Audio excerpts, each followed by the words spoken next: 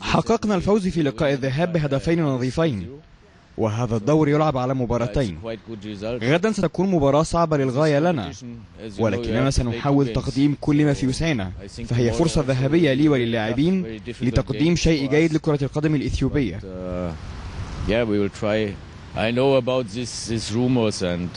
أعلم بشأن مفاوضات الزمالك.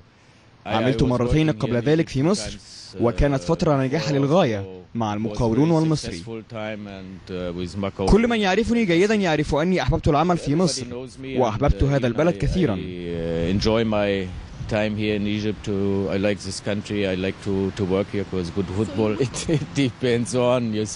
يجب أن ننتظر لنرى، فأنا أركز الآن على مباراة يوم الأحد فقط.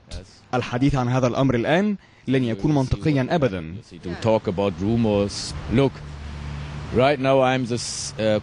حسنا، الآن أنا مدرب سان جورج، والأهلي والزمالك يعدان، والأهلي والزمالك أندية كبيرة ليس فقط في مصر ولكن في إفريقيا.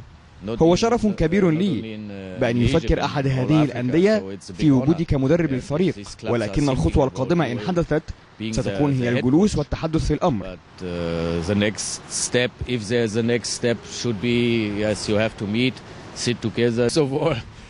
لا نشعر بأي مشاكل، فهذه كرة قدم وليست سياسة، ولست مهتما أبدا بأمور السياسة.